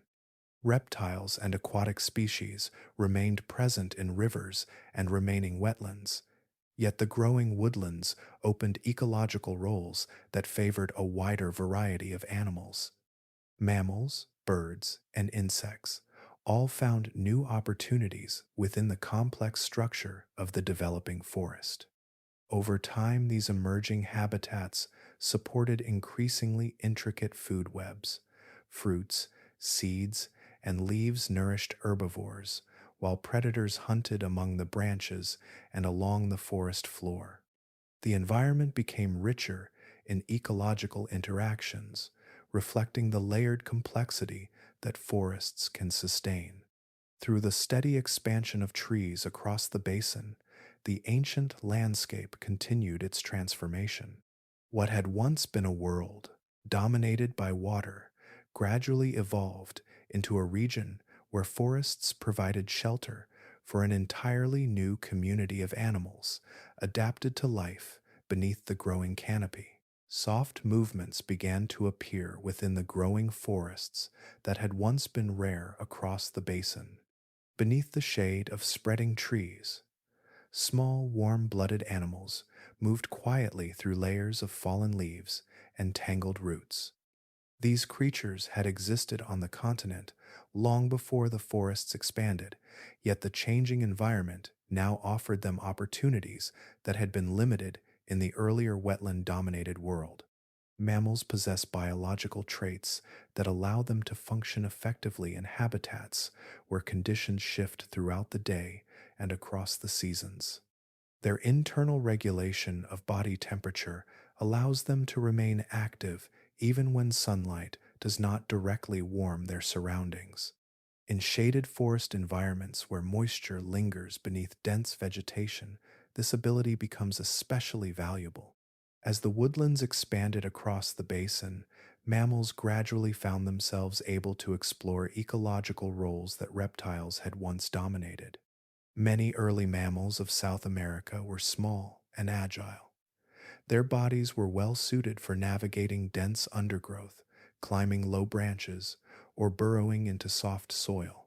Fossil remains from various regions of the continent reveal lineages that were already diversifying during this period of environmental change. Among these were ancestors of animals related to Didelphidae, small omnivorous mammals capable of climbing and feeding on a wide variety of food sources. Other mammalian groups adapted to life along the forest floor, where thick layers of plant material accumulated. Early members of the lineage, known as Xenarthra, developed strong limbs that allowed them to dig, climb, or grip branches. These adaptations enabled them to exploit resources within the developing woodland environment that had previously been difficult to access. As mammals diversified, they gradually began occupying ecological positions that had earlier been dominated by reptiles. In the wetland ecosystems of the past, reptiles had filled many of the primary predatory and scavenging roles within the landscape.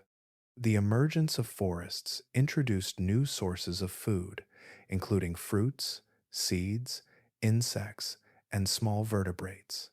Mammals proved particularly effective at exploiting these resources thanks to their flexible diets and active lifestyles. The structure of forests also provided protection from many of the larger aquatic predators that once controlled the wetlands. Dense vegetation created spaces where small mammals could hide, forage, and reproduce with reduced risk from reptiles that remained more closely tied to rivers and remaining marshes. Over time, this shift allowed mammalian populations to expand gradually within the basin. Predatory mammals also began to appear within the ecosystem, feeding on insects, amphibians, and smaller vertebrates that inhabited the forest floor. Although these early predators were modest in size compared with the giant reptiles of earlier ages, they represented a growing presence within the food web. Their activities contributed to the increasingly complex interactions that defined the developing forest ecosystem. This transition did not eliminate reptiles from the landscape. Many continued to thrive along rivers, lakes, and wetlands that remained scattered across the basin. Yet, the expanding forests introduced ecological opportunities that favored mammals in ways the earlier environment had not. Over long spans of time, mammals became increasingly important participants in the ecological balance of the region. Within the quiet shade of the growing forests, the influence of mammals continued to expand. Their presence reflected the gradual transformation of the basin from a watery world shaped by reptiles into a landscape where forests supported a far broader community of animals. Among the branches of the expanding forests, new forms of movement began to appear. Wings flickered through shafts of filtered light as birds adapted to a landscape where trees now formed intricate pathways through the air. The spread of woodland across the basin created an environment filled with perches, nesting sites, and hidden food sources.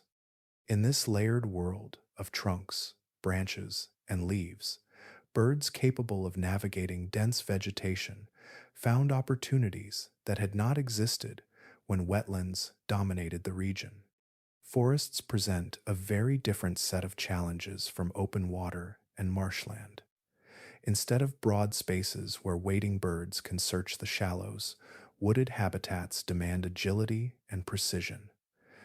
Branches intersect in complex patterns, and the canopy forms shifting corridors where flight must be carefully controlled.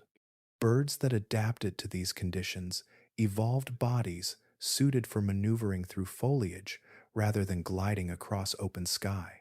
Many species developed shorter wings and stronger flight muscles that allowed them to change direction quickly while weaving between branches. Their feet often evolved gripping structures capable of clasping bark and narrow twigs, enabling them to perch securely while feeding or resting.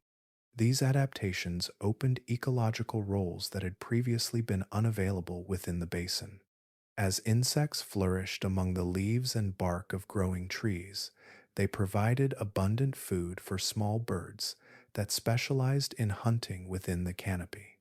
These insectivorous birds moved constantly through the foliage, searching for larvae, beetles, and other small creatures hidden within the vegetation. The presence of fruit-bearing plants also supported birds capable of feeding on soft fruits and seeds, creating another pathway for avian diversification.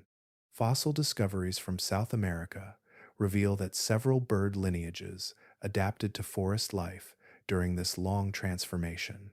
Early representatives of groups related to modern tropical birds began to occupy the canopy and understory. Among these were species connected to lineages similar to Tyrannidae and Rhamphastidae, birds whose descendants today remain closely associated with forest ecosystems. The evolution of tree-dwelling birds also influenced the wider ecological network of the forest. By feeding on fruits and seeds, many birds became agents of plant dispersal. Seeds consumed in one location could be carried across considerable distances before being released, allowing trees and other plants to expand their distribution throughout the basin. This interaction strengthened the connection between bird populations and the growing forest itself.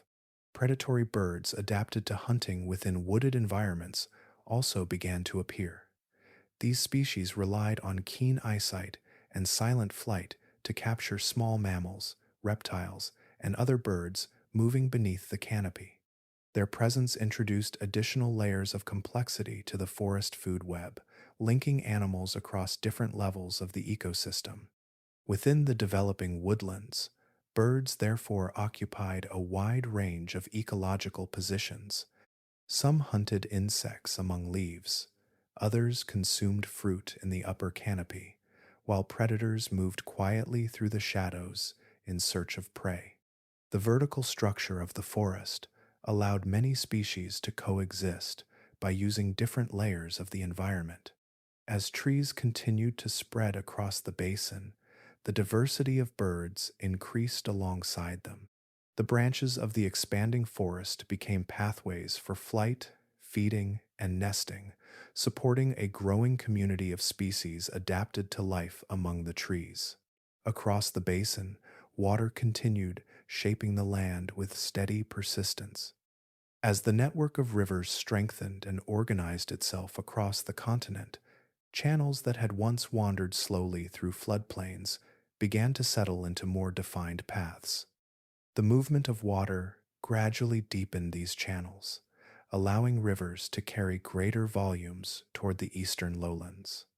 Over long stretches of geological time, the waterways that crossed northern South America developed a structure that more closely resembled the immense river system recognized today. The deepening of river channels occurred through the combined forces of flowing water and sediment transport. As currents gained consistency and direction, they eroded the soft sediments of the basin floor, gradually cutting deeper passages through the landscape.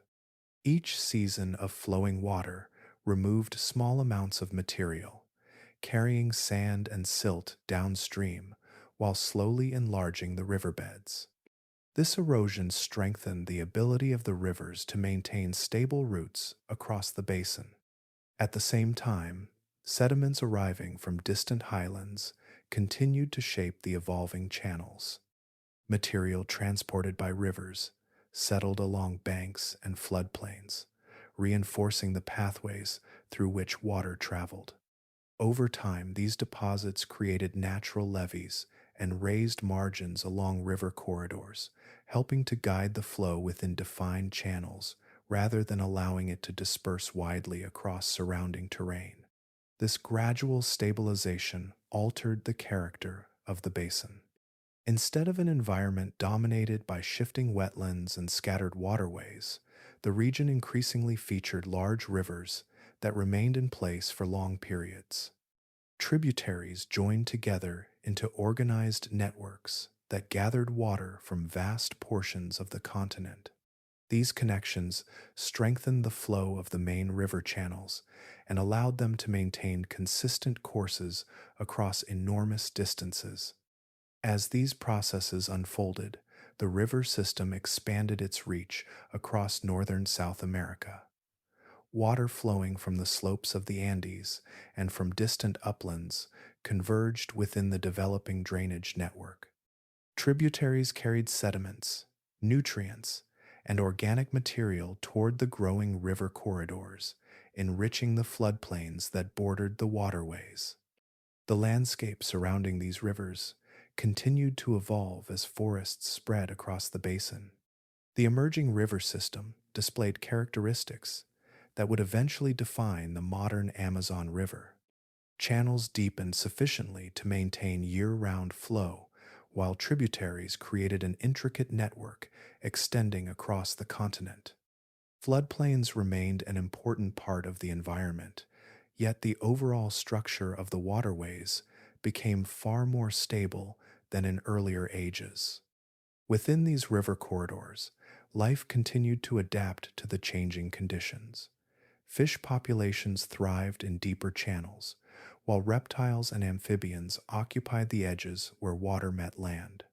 Birds and mammals used the riverbanks as travel routes through the expanding forests, linking aquatic and terrestrial habitats within a single ecological system. Over immense spans of time, the slow shaping of these channels transformed the basin into a landscape dominated by rivers that carried water steadily toward the Atlantic. The scattered waterways of earlier ages had gradually joined together, forming the foundation of one of the most powerful freshwater systems on Earth. Through patience measured across millions of years, the rivers of the continent had become the great Amazonian network that defines the region today. Light began to fade beneath the growing forests as trees expanded across the basin and their crowns reached outward toward one another. What had once been scattered woodlands slowly developed into thicker vegetation where branches overlapped and leaves gathered into layered canopies. Over long geological intervals, this quiet growth transformed the landscape into an increasingly dense forest system that would eventually define the region. The process unfolded gradually rather than through any sudden change. As trees matured and new generations of plants established themselves beneath their shade, the structure of the forest became more complex. Tall trunks rose through the air, while younger plants grew beneath them, creating multiple layers of vegetation that absorbed sunlight at different heights. This vertical arrangement allowed many plant species to share the same space while competing for light and nutrients in distinct ways. At the uppermost level, towering trees formed the first continuous canopy across portions of the basin. Their branches stretched outward, intercepting much of the sunlight that reached the forest. Beneath this layer, smaller trees and shrubs adapted to dimmer conditions began to flourish.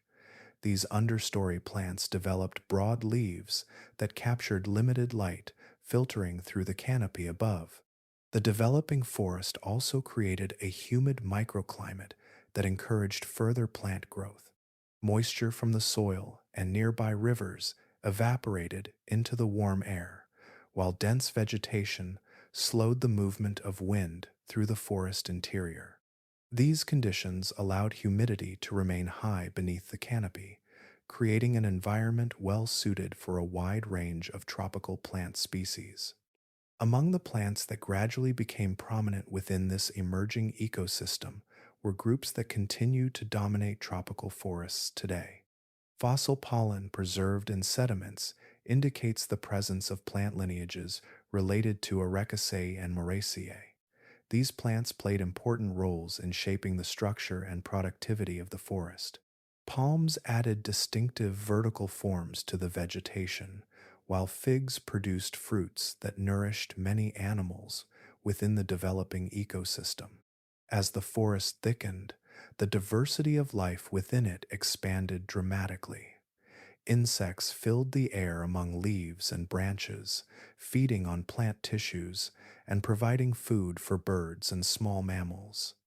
Amphibians sheltered within moist leaf litter along the forest floor, while reptiles continued to inhabit rivers and lakes that wound through the landscape. The layered vegetation allowed many species to occupy different heights within the forest, creating a complex web of interactions that supported remarkable biodiversity. The canopy itself became a defining feature of this new ecosystem.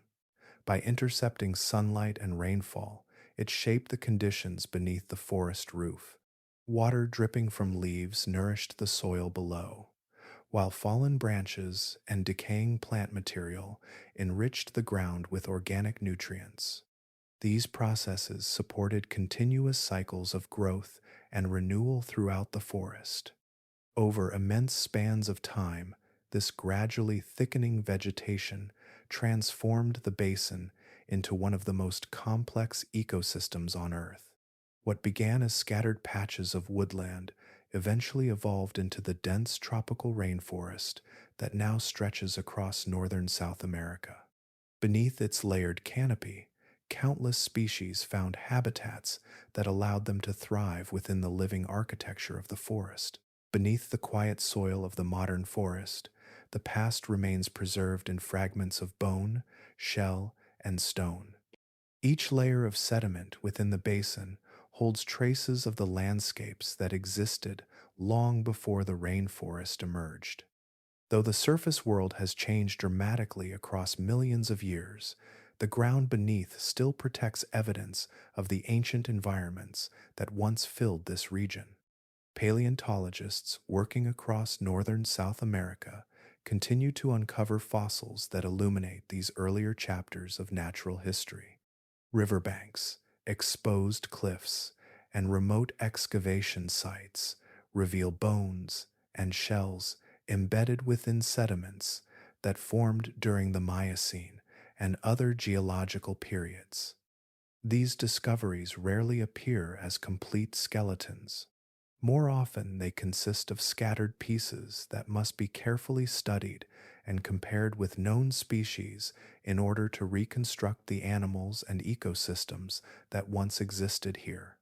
Each fossil provides a small but valuable clue about the past. The shape of a tooth can indicate the diet of a predator. The thickness of a shell can reveal how prey defended itself within ancient waterways. Even microscopic fragments preserved in sediment may record the presence of organisms that lived in environments very different from the modern forest. Through patient analysis, scientists assemble these pieces into a broader understanding of how the basin evolved through time. Among the most striking fossils recovered from the region are the remains of enormous reptiles and other animals that once inhabited the wetlands. Discoveries of giant turtles, crocodilian relatives, and massive snakes provide direct evidence of the remarkable ecosystem that thrived before forests spread across the basin. Fossils belonging to animals such as Titanoboa and Stupendomes reveal the extraordinary scale of life that once moved through the warm waters of the ancient landscape. Plant fossils also play an essential role in reconstructing the past. Pollen grains, leaf impressions, and fragments of wood preserved in sediment layers help scientists identify the vegetation that once grew across the basin. These botanical clues show how plant communities gradually changed as wetlands shrank and forests expanded across the region.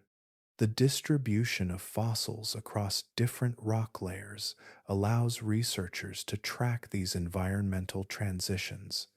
Older sediments often preserve species associated with wetlands and shallow aquatic habitats, while younger deposits begin to reveal organisms adapted to forest ecosystems. By studying the sequence of fossils through time, paleontologists can observe how the living world responded to geological changes such as the rise of mountains and the reorganization of river systems. Many areas of the basin remain difficult to study because of the dense vegetation and remote terrain that cover much of the region. Despite these challenges, new discoveries continue to emerge as scientists explore riverbanks and exposed outcrops where ancient sediments are visible. Each new fossil adds another piece to the complex story hidden beneath the forest floor. Through these discoveries, the modern rainforest reveals itself not as a static environment, but as the latest chapter in a much longer history. The bones, shells, and microscopic traces preserved in the ground remind us that the basin once supported landscapes very different from those seen today.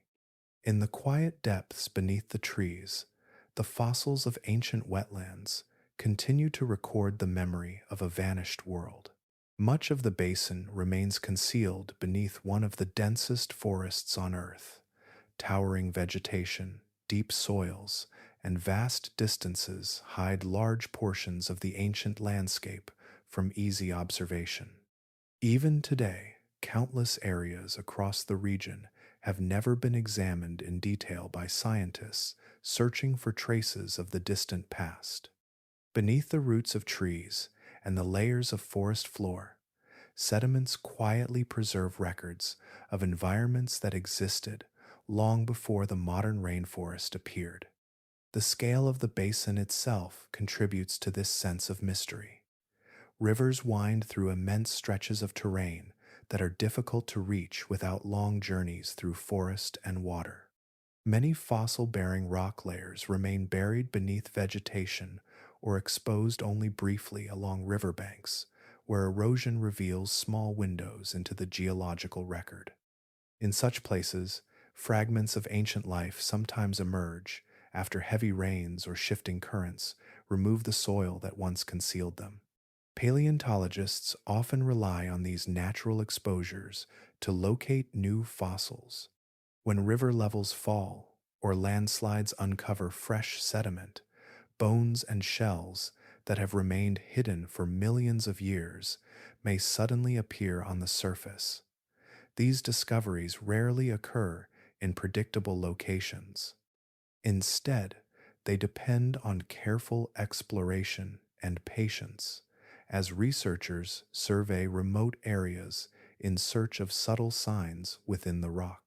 Modern scientific techniques have begun revealing additional clues about what lies beneath the forest canopy. Satellite imagery and aerial surveys allow researchers to identify patterns in the terrain that hint at ancient river channels and buried sediment layers. These patterns can guide field teams toward locations where fossils are more likely to be preserved. In some cases, radar systems capable of penetrating vegetation have helped scientists map the shape of the landscape hidden beneath the forest. Despite these advances, much of the basin remains largely unexplored from a paleontological perspective. The sheer size of the region means that only a small fraction of its sediments have been carefully studied. Each expedition into the field has the potential to uncover fossils that expand our understanding of the ancient ecosystems that once existed there. Occasionally, remarkable discoveries emerge from these hidden layers. Fossils of extraordinary animals have been uncovered in places where no one expected them, revealing species that had remained unknown to science. The remains of creatures such as Titanoboa and Stupendomes illustrate how much information still lies buried within the sediments of the basin. These findings remind researchers that the story of the Amazon is far from complete. Every fossil recovered from the ground contributes to a clearer picture of the landscapes that preceded the modern rainforest. Bones, shells, pollen grains, and mineral traces all serve as pieces of a vast puzzle that scientists continue to assemble. Beneath the quiet shade of the forest, the geological record waits patiently for discovery. Hidden within layers of mud and stone are countless clues about rivers, wetlands, forests, and animals that lived long before the present ecosystem took shape. As exploration continues, the basin may yet reveal further chapters of its ancient history, preserved in the sediments that lie beneath the trees. Even now, the basin continues to change in ways that unfold far too slowly to notice within a single lifetime. Beneath the quiet surface of the forest, The ground itself remains part of a living geological system shaped by forces that operate across immense spans of time.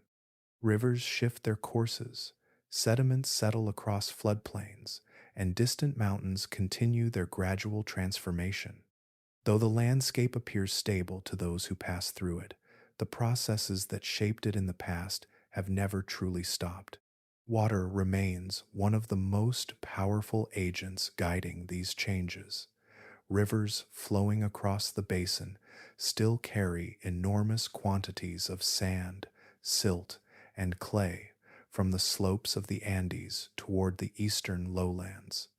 Each year, these materials accumulate along riverbanks and floodplains, subtly reshaping the terrain.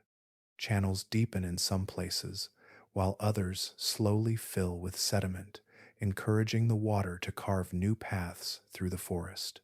Flooding also continues to influence the structure of the landscape. Seasonal rains cause rivers to expand across surrounding lowlands, spreading nutrient-rich sediments across broad areas. When the waters retreat, they leave behind fresh layers of soil that support vegetation and alter the elevation of the floodplain.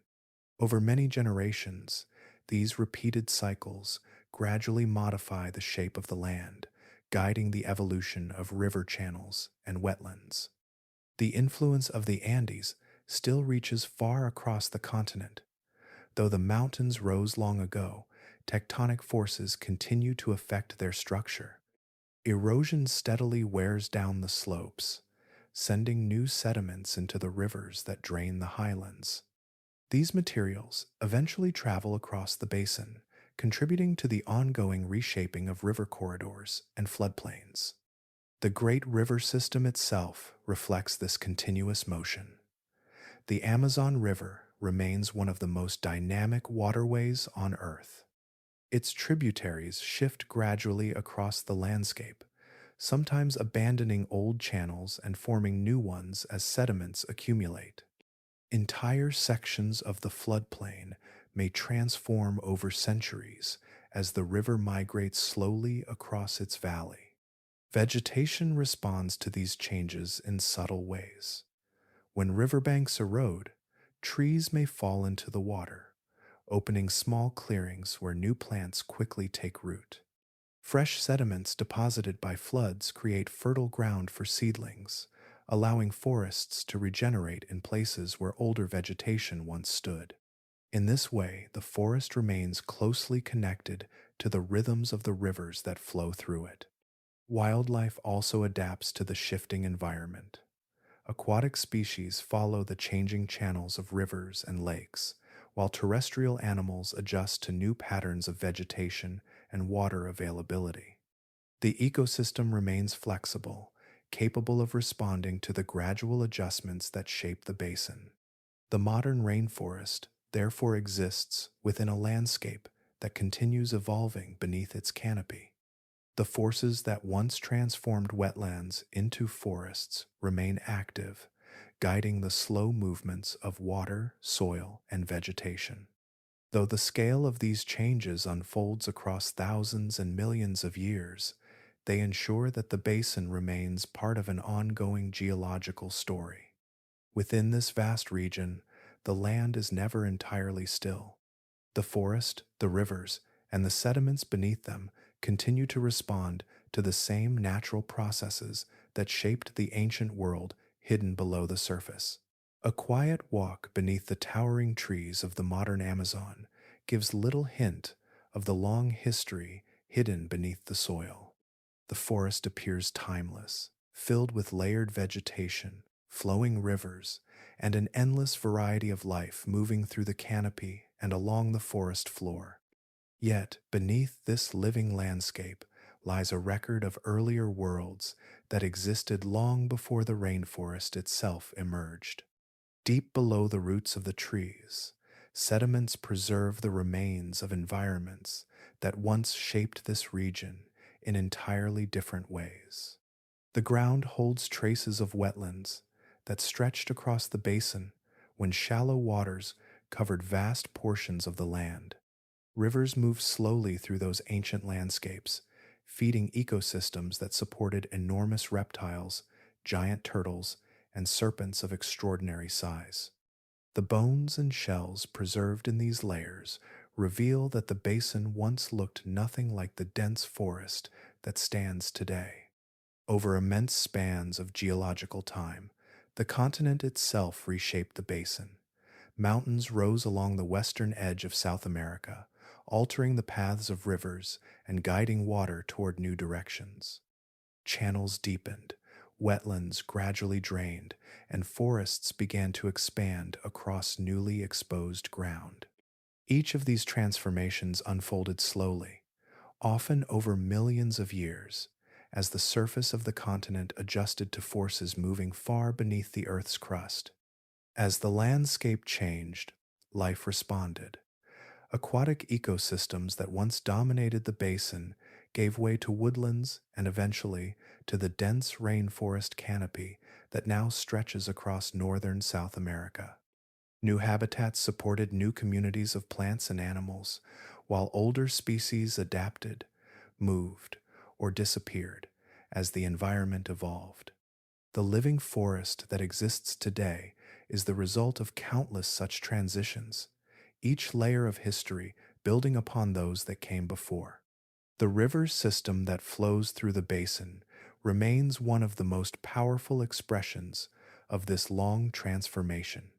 The Amazon River carries water across the continent with extraordinary force, connecting distant mountains, forests, and floodplains. Yet, even this immense river is only the latest stage in a drainage network that formed gradually as the continent shifted and the basin reorganized itself over time. Fossils scattered across the region continue to reveal pieces of this hidden past. Bones of animals, such as Titanoboa and Stupendimes, remind scientists that the wetlands once supported creatures far larger than those living in the forest today. Each discovery adds another detail to the story of a landscape that has changed repeatedly through Earth's history. The modern rainforest therefore stands as both a living ecosystem and a quiet archive of earlier worlds. Beneath the soil, ancient sediments preserve the memory of rivers, wetlands, forests, and animals that existed long before the present landscape took shape. The forest canopy may hide these layers from view, yet the ground beneath it still carries the record of a continent that has never stopped evolving. Within the depths of the basin, the past remains patiently preserved, waiting for those who search the rocks and sediments to uncover the story of the strange and remarkable world that once ruled this land.